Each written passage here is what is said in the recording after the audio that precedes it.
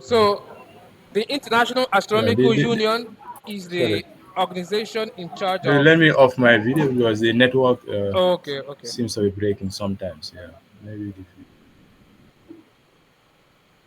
Okay, maybe let's see. All right. So the International Astronomy Union has different branches. We have Office of Astronomy for Education, Office of Astronomy for Outreach, and Office of Astronomy for Development. So I am under the Office of Astronomy for Education. So we are utilizing the tools in astrophysics to to promote astronomy education Yeah, in Africa. Hope you are paying attention. yeah, yeah. I'm getting you very well. Okay, Yes. so we are using the tools, some of the tools Okay. we use in astronomy to promote astronomy education in Africa. I know Africans, you know, when I was growing up, I fell in love with space science, but I didn't have any opportunity to connect with anyone or any organization into space science. So, but I struggled, and my struggle led me to discovering a lot of hands-on activities that will benefit individuals that have interest in space science. So, I am working with different organizations. I'm representing different organizations in the world, and I'm doing a lot of activities with this organization. So I developed the Pan African Citizen Science E-Lab to be able to accommodate all these projects. So one of the projects is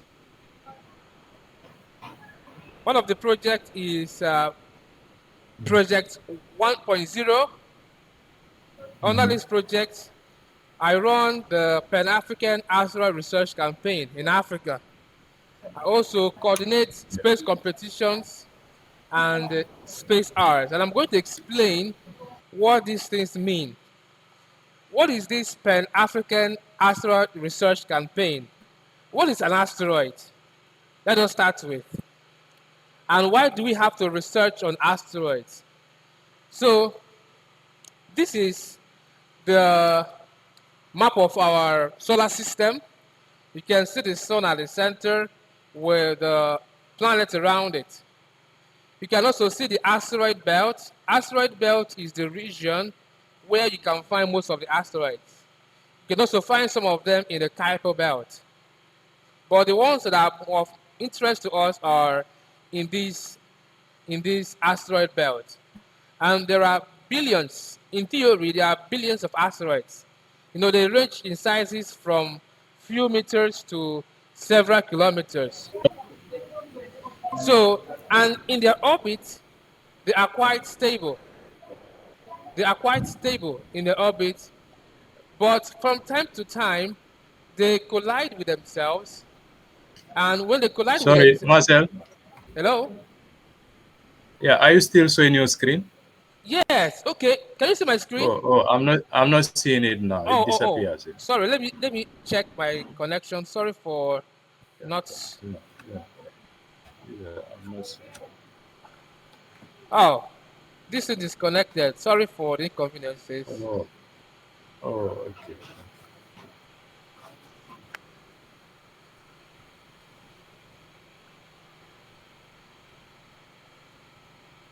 All right.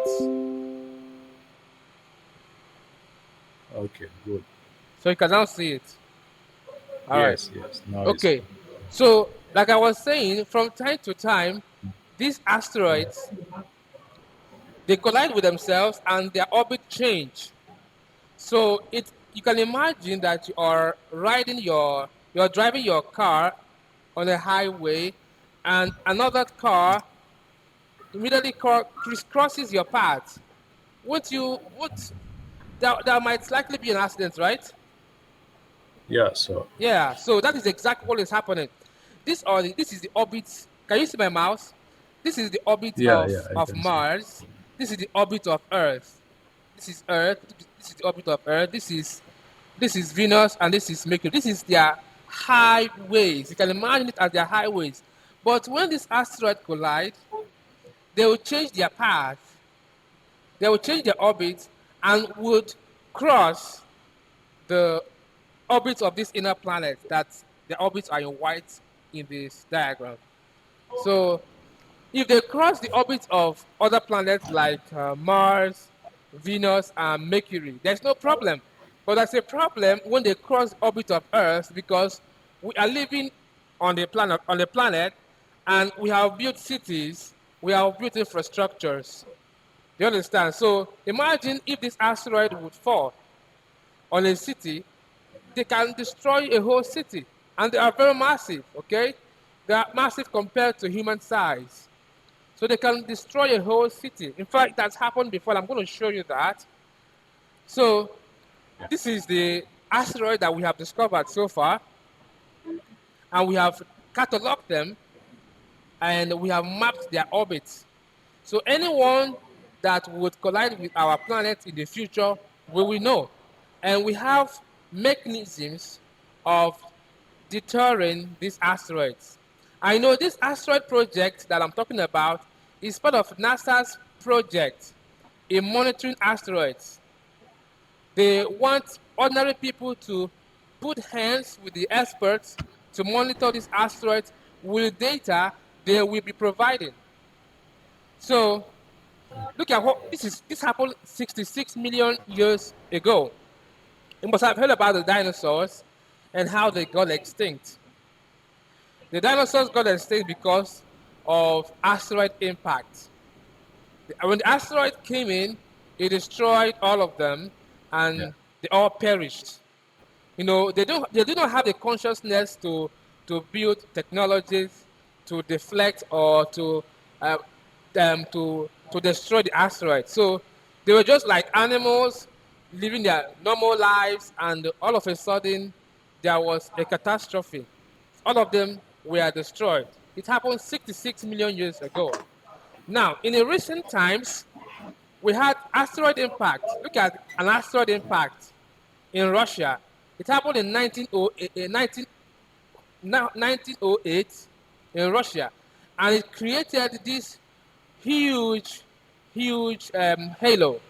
Sorry, crater.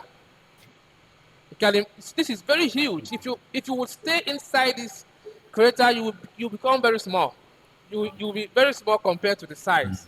So you can imagine how powerful and how big they can be. And when they are impacting, they sound like nuclear bomb explosion.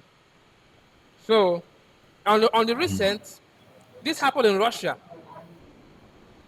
It happened in 2013. It happened in Okay. Russia, and they were lucky enough. They were lucky enough. Um, it's landed inside ice, so it's seeped into the ocean. However, the shock wave that it created destroyed so many buildings worth billions of dollars. Nobody was killed. I think there was just one or two persons that were killed, but many people were injured in that incident. And look at this impact. You see how bright it is? When it comes, it has shined the sun. It happened in the daytime. Can you imagine? But it has shined the brightness of the sun. So if you are mistakenly looking at the sky and this happened, you might lose your sight because it is so bright. So so that is why we are very serious with this asteroid search. So we have after that incident in in Russia in 2013, the United Nations took it seriously, and they they designated June 30 every year for the for asteroid search. It will be dedicated to educating people about dangers of asteroids and why everyone should get involved into asteroid search. And there has been a number of surveys, both ground-based telescopes and and telescope scanning the sky. You can imagine these telescopes as security camera. They are always scanning the sky, monitoring these asteroids to know which one is approaching Earth and to know which one we have discovered or we haven't discovered. So you can see some of the surveys. We have the Linking Near Earth Asteroids Research, Near Earth Asteroid Tracking. These are just some of these telescopes that are tracking these asteroids in the sky. Then we have the Pan stars. We have the Pan stars. Pan stars, the data that we use in our asteroid search are from the Pan stars. They are from the Pan stars. So I'm going to show you. So this is the Pan star telescope. So it is constantly searching the sky, scanning the sky, collecting data about asteroids. And when the asteroids are collected, they are sent to the ISIC website. This ISIC, called International Astronomical Search Collaboration, they are in charge of distributing the data to different schools, different universities, and different organizations around the world. And recently, we got involved into it. We got involved about 2 years ago into this project. So look at our past participation in the project. Let me play this video for you. Okay. So this is the Welcome to Pan-African Asteroid Search Campaign. So here you will see different university groups from different countries in Africa, different universities. And even in this last campaign, we had about 4 space agencies of 4 African countries. They were part of us: Kenya Space Agency, Nigeria Space Agency, Angola Space Agency, and one other space agency, Zimbabwe Space Agency. They were part of this research.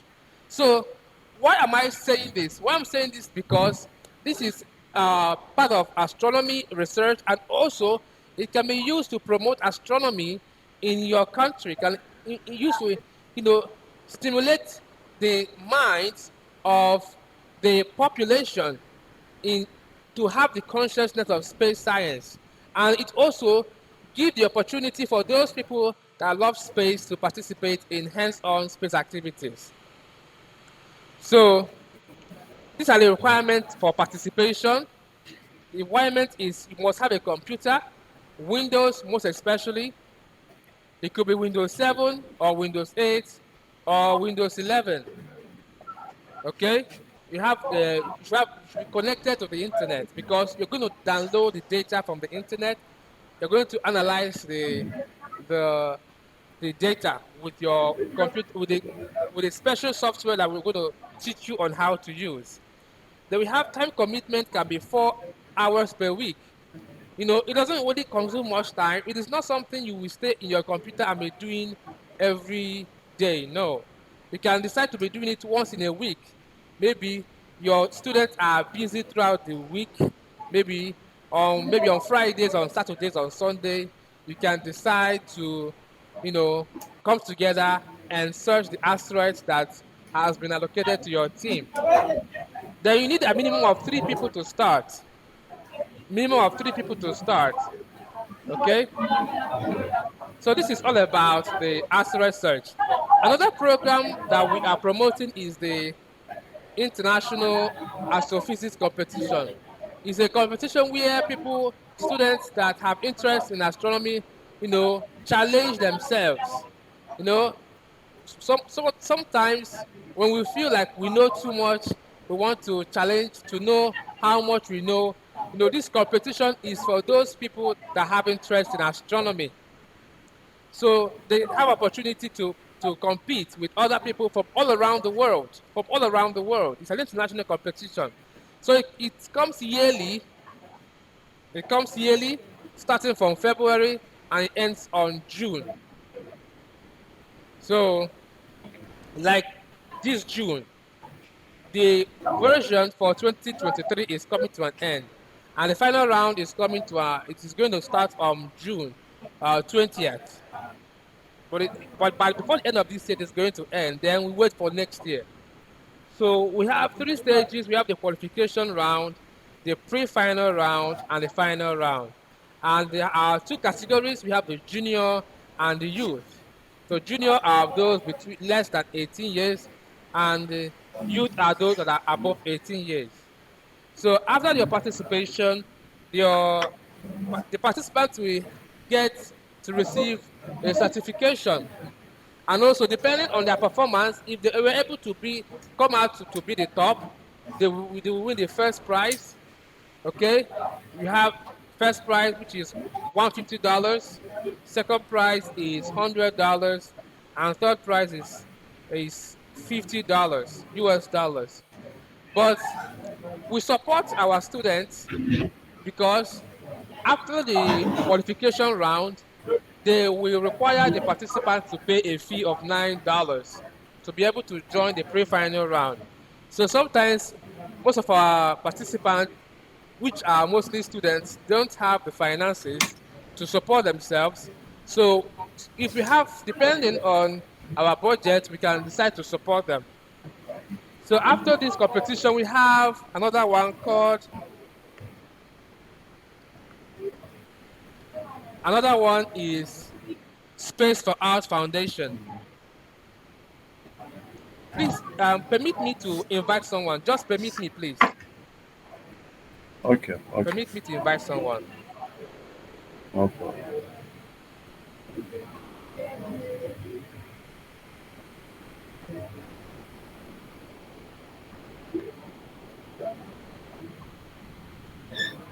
Let me, I don't know.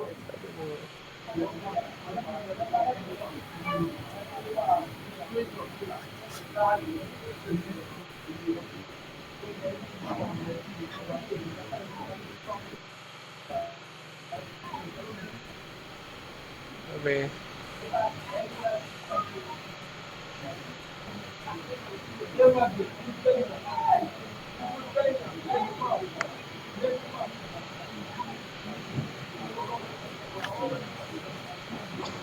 okay, I've invited him. Let's wait for him to come, but we're going to proceed. We're going to just keep waiting.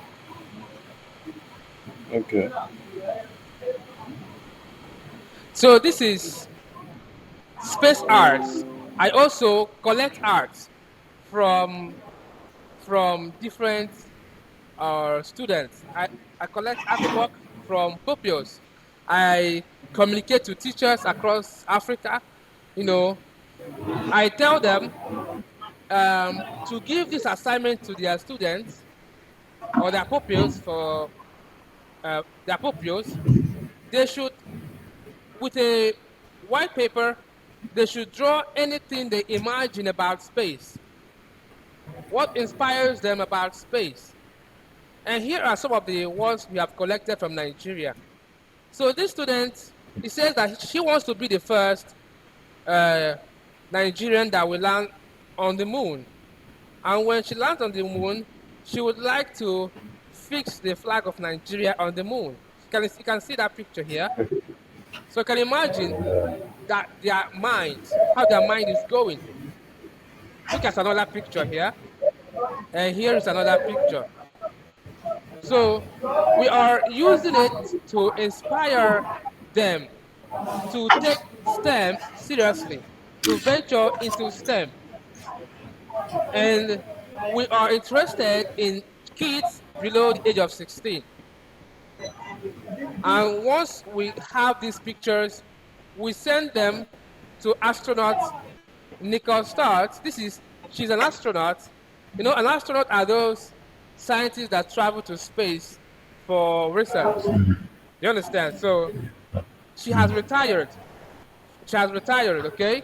So, okay, but she's spending the rest of her life and career promoting space science. She travels all around the world promoting space science. So you can see those kids there. They are making their paintings. And after making their paintings, she will just collect them. And after collecting the paintings, plus the ones that we send to them from Africa and from the rest of the world, she uses them with her team. They build these spacesuits with those space arts. They build these spacesuits with those space arts. And in okay, some cases, they will take the spacesuit to the International Space Station. And here you can see an astronaut. This is not her, but you can see an Mm-hmm. astronaut wearing the spacesuit here. Yeah. So this is the International Space Station. It's actually a very large facility where astronauts go. They stay there for about 6 months to conduct one form of research or the other. So these are some of the things that we use with those arts. And we want representation from your country. The reason why I'm interested in university groups and space agencies is because um, university groups have some kind of outreach program. They can easily communicate to secondary schools across the country for any project they are promoting. You understand? That is why I'm interested in university groups. But I'm also interested in working with any group that is very interested in space science and even the ministries of education of several countries. All right. So this is our second project. This is our second project. So in this project, are, are you familiar with this telescope? Have you seen it somewhere in the on Facebook or social media or on internet? Yeah. Okay, these are called space telescopes. These two, Okay. these two you are seeing right here are the most powerful space telescopes that we have. Very powerful. And this is called ground-based telescope. The reason why it is ground-based because it is built, it is built like normal. It is not set to space. It is built on the ground. It is built here on Earth. So you can project it into space. It has some powerful lenses. It can be used to zoom in into very distant objects like galaxies and stars and to capture them very, very well. So with these telescopes, we teach our participants how to process astronomical images. And what do I mean by processing astronomical images? I'm going to explain that to you. Why do we have to process space images? To understand why we have to process space images, I want to tell you why we have to process space images. Look at this. These are smartphones. These are smartphones, and this is your normal handheld camera. With these two devices, you can take your pictures or the picture of your environment. And after taking those pictures, you will see the image, right? My Hello? boss, he want to do. Hello? Okay. Yeah, I'm getting you. Yeah, I said after taking the images of these objects, you will see them in colored form, right? Yeah. Wait, somebody came in. Let me check.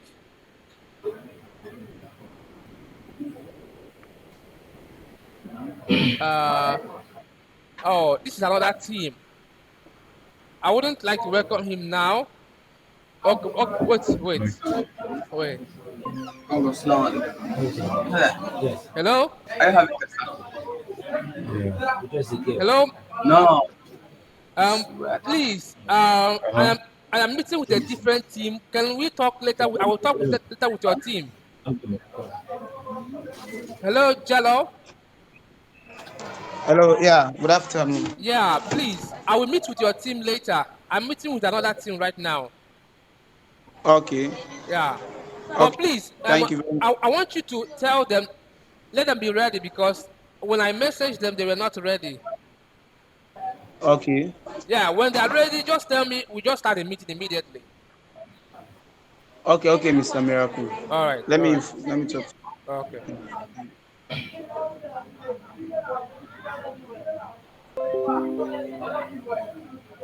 So Okay. continue from where I stopped. Look at, I use my smartphone to take my picture here. And if you look at the picture, you will see it in colored form, right? Yeah. Yeah, this is my tie. This is my tie. This is my white shirt. And this is my background. You can see it in the real color. And you can see it immediately after taking these pictures. Now, you can actually use this. You can actually try, depending on the quality of your phone. Maybe if you are using an iPhone, you can zoom in and take images of the moon or the planets or even some deep sky object. But you may not get a good result because these devices do not have the technology to zoom deeper into space. So we have a different technology called telescope. Telescope, like I have shown you these telescopes. So with these telescopes, you can look deeper into the sky to take pictures of galaxies and planets and stars. So after taking the pictures of these objects with these telescopes, this is what you get: black and white. In fact, black throughout. You don't get to see anything. And why is that so? Because we are using a different technology on telescope. The technology we use with our phone camera is not the same with the technology we use in in the space telescope. We use a different technology. We call them chromatic CCD. So as an astronomer or as a space scientist, after taking the images, this is what you will get when you start to analyze this is what you will first get before you start analyzing the image. So now with some special computer programs and softwares, you can turn this, because inside this data lies a very massive pixels, digital pixels. You need to extract them with those special computer softwares. And after extracting those pixels, you will have these beautiful pictures. So have you seen why we process images? Yeah, I Yeah. see. So you turn it from this black picture to this. So it means that this information that you are seeing here are actually buried here. So with your skills, which we will train you and your students or your team, we will train you how to use computers to bring out these beautiful pictures. So these are galaxies, these are planetary nebulae, these are galaxies from those telescopes that I just showed you. So when you have learned how to process your images now, we will now give you an account. We will give you an account, and that account, you can now take your own images.